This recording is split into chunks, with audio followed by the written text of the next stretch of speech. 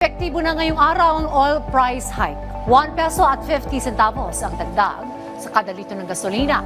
2 pesos at 10 centavos sa diesel, habang 1 peso at 20 centavos naman ang taas sa kada litro ng kerosene. Ang oil price increase ay bunsod ng epekto ng hurricane at pagbawas ng interes ng mga bangko sa Amerika. At kaugnay nga po niyan, makakasama po natin para sa update ng presyo ng mga gasolina, si Vel Custodio live. Vel?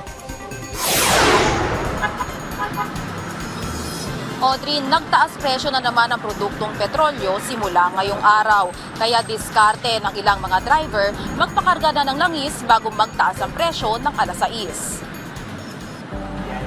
10 minuto bago mag-alas 6 ng umaga, nakahabol pa si Tatay Joselito sa pagpapakarga ng gasolina. Hinahabol ko talaga bago dumating yung 6 o'clock. Magtataas na kasi. Ang laki ng itinas eh.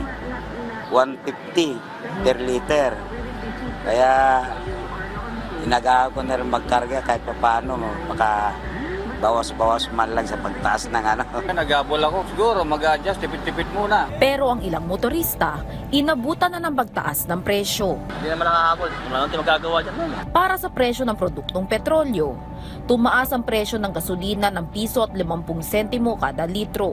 Mahigit 2 piso kada litro naman sa diesel, habang piso at 20 sentimo naman kada litro ang itinaas ng kerosene. Ayon sa Department of Energy Oil Management Bureau, tumaas ang presyo ng produktong petrolyo dahil sa pananalasa ng Hurricane Rafael sa US na nagpahina sa produksyon ng petrolyo. Isa pa sa tinitignang dahilan ng taas presyo ay ang delayed plans ng Organization of Petroleum Exporting Countries Plus o OPEC Plus sa pagpapataas sa supply ng langis. Iba pang tinitignang dahilan ng pagtaas presyo ng langis ay ang conflict sa Middle East, pagbaba ng halaga ng piso, freight costs at ang added premium sa pagbili ng petrolyo.